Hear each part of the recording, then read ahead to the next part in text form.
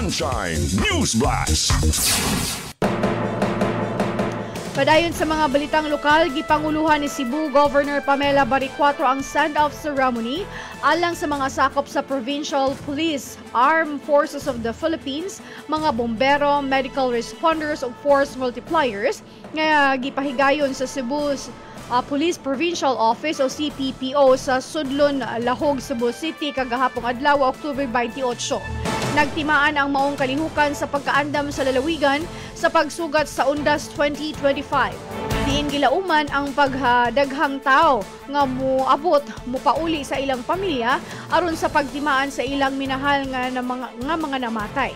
Nagpasalamat usab ang gobernadora sa direksyon o sakripisyo sa mga personahe nga nagpahamtang og seguridad bisan pa nga sila dili makabisita sa ilang mga minatay. Gihangyo usab niya sa publiko nga planuhon ang ilang pagbisita ug musunod sa mga lagda sa kaluwasan aron malikayan ang kagubot o kalisang sa mga pampublikong lugar. Sunshine News Blast.